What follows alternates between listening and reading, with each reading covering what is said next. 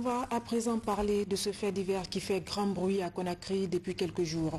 Une jeune dame de 25 ans aurait été violée par des médecins au quartier Anta dans la commune de Matoto. Après l'acte, l'état de santé de la victime se serait aggravé. Elle est en ce moment même hospitalisée à l'hôpital Ignasdine. Les enquêtes sont ouvertes. C'est un reportage de Alphaïsia Gaba. C'est dans cette clinique qu'une dame a traversé l'un des moments les plus douloureux de sa vie. Dame Silla, 25 ans, aurait été violée par des médecins traitants il y a de cela un mois, 19 jours. Nous sommes dans le quartier Anta, commune de Matoto, en haute banlieue de Conakry. Après l'acte, la victime a eu de complications sanitaires. Anxieuse, Dame Silla va se diriger dans une autre clinique à Dapompa, où elle a été opérée 3 fois de suite pour motif de prototype opératoire le 30 août dernier. Il y a une jeune dame qui est venue dans une clinique à Anta, où elle était venue pour une consultation. Mais très malheureusement, elle a été endormie par l'un des médecins. Ils ont profité pour procéder à sa violation, ils l'ont violée. Et très malheureusement, dans ce taxe aussi, il y a une grossesse. Et au cours de la grossesse, donc, la dame est venue, ils ont cherché à faire un avortement. Et cet avortement aussi a tourné de mal à pire. C'est qu'il y a eu vraiment des accidents au cours de cet avortement. Et par la suite, ils ont eu des interventions, c'est-à-dire 2 opérations dans la dite clinique, qui n'a même pas un nom. Donc c'est une fausse clinique, une clinique clandestine, illégale. Alors ainsi, la patiente a été orientée vers la clinique de Dr Cissé où nous sommes maintenant. Mais malheureusement, dans cette même clinique aussi, on a trouvé vraiment qu'il y a des vices de forme. En ce sens qu'il y a eu 3 interventions chirurgicales qui sont soldées par des échecs, parce que pour preuve, il n'y a pas un bon suivi, mais c'est qu'il y a des faux médicaments qui sont utilisés aussi pour le suivi de la patiente. Regardez une patiente qui a opéré 3 fois, aucune trace dans le résis. Ça c'est un.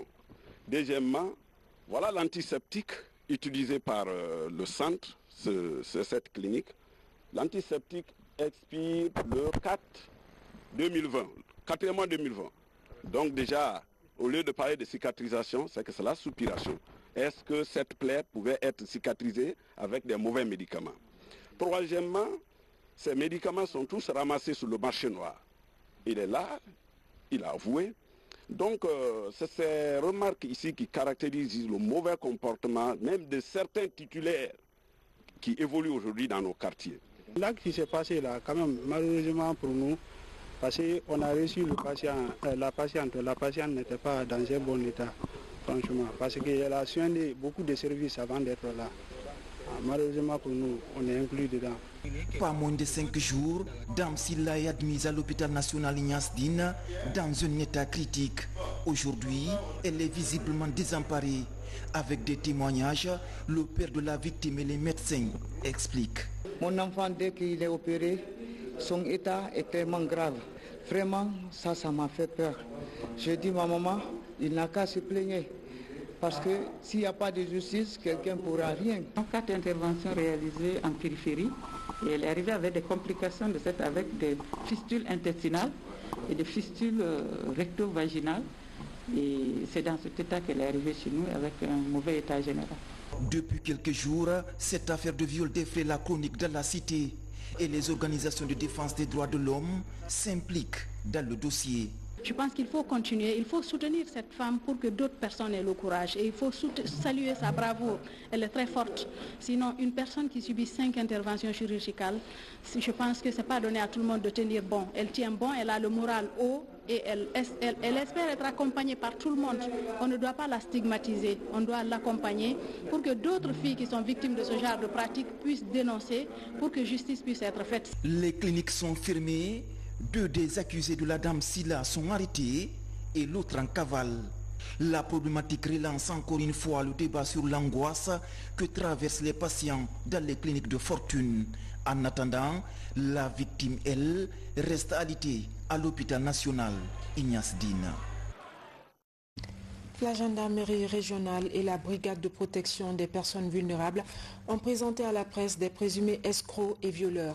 Le premier se faisait passer pour le petit frère du président de la République et retirait de l'argent aux victimes dans le but de les aider à avoir un emploi à la présidence. Les deux autres sont poursuivis pour des cas de viol et d'avortement. Adjudant Omar Kamara, correspondant de la presse militaire. Lansana Sylla est ce présumé escroc interpellé le 10 octobre dernier par la gendarmerie régionale de Conakry suite à une investigation menée par les agents de force de l'ordre. Ce présumé malfrat utilisait le nom de Lansana Doumbouya, se disant petit frère du président de la République, président du CNRD, pour accomplir ses sales besoins. Il y avait un audio qui était à disposition des enquêteurs. Lansana Sylla échange avec quelqu'un d'autre à qui il crée l'espoir de faciliter son entrée au sein de la présidence de la République et éventuellement négocier une audience avec monsieur le président de la transition. Ils m'ont dit que j'ai pris de l'argent avec des gens pour les aider à rencontrer le président de la République. Ils m'ont fait écouter un enregistrement sonore que je reconnais. Je reconnais que c'est ma voix, mais j'ignore, mais je n'ai pas connaissance comment cette bande a été enregistrée. De l'escroquerie au viol, 2 médecins sont présentés par la brigade de protection des personnes vulnérables. Ils sont accusés de viol et d'avortement d'une fille âgée de 25 ans. Le fait s'est déroulé au quartier Anta. Tout a commencé d'abord dans une clinique à Anta qui est gérée par M. Dr Patrice Lama et M. Dr Célestin Lama. Et un jour, la demoiselle Massila, ayant le malaise, s'est rendue dans cette clinique pour recevoir des soins. Et c'était aux environs de 10 heures. Ce n'est qu'à 14 heures qu'elle s'est retrouvée nue et dans la chambre. Elle a posé, docteur, mais je n'arrive pas à me comprendre. Et qu'est-ce qui ne va pas? Et là, le docteur dit, non, j'étais là pour vraiment procéder vraiment aux différents examens. Il me dit, docteur, mais la position où je me vois comme ça, là, je me vois, vous m'avez toussé. Et vraiment, de discussion en discussion, et le docteur est parvenu à le calmer. Il dit, il y a très longtemps, vraiment, je t'envoie beaucoup de tests d'eau. Et vraiment, tu ne m'acceptes pas, mais j'aurais voulu que ça soit entre toi et moi. Et je vais gérer ça. Pour le cas de viol, là, je n'en sais pas. Je suis là pour le cas d'intervention. Non, ça n'a pas réussi. Mes amis ont jugé nécessaire de l'envoyer sur le docteur Cissé. Et ce dernier a intervenu plus de 3 séances. Après ces 3 séances, ça n'a pas apporté de fruits. Ils l'ont envoyé encore à Yansidine. Le président m'a appelé, il dit, aidons la fille là, elle va enlever sa grossesse. J'ai dit, vous êtes tombé d'accord? Il me dit oui. J'ai dit ok. On a procédé à l'intervention, c'est-à-dire l'opération pour l'avortement. L'opération n'a pas réussi. C'est à travers les méthodes médicales. C'est l'avortement. Et avec mon ami, Célestin, on a fait. Déterminé à combattre ce fléau, le haut commandement de la gendarmerie nationale, direction de la justice militaire, invite la population à une franche collaboration pour mettre hors d'état de nuire ces malfrats. La Guinée célèbre ce 15 octobre la journée internationale des femmes rurales, des femmes impliquées dans la production et la transformation des denrées de première nécessité. Le ministère en charge de la promotion féminine a initié des activités pour magnifier le rôle de ces dames. Mohamed De Camara commente la déclaration de la chef de cabinet du ministère des Droits de l'Homme et de l'Autonomisation. Selon l'Organisation des Nations Unies pour l'alimentation et l'agriculture, FAO, 60 à 80% de la production dans les pays en voie de développement est assurée par les femmes.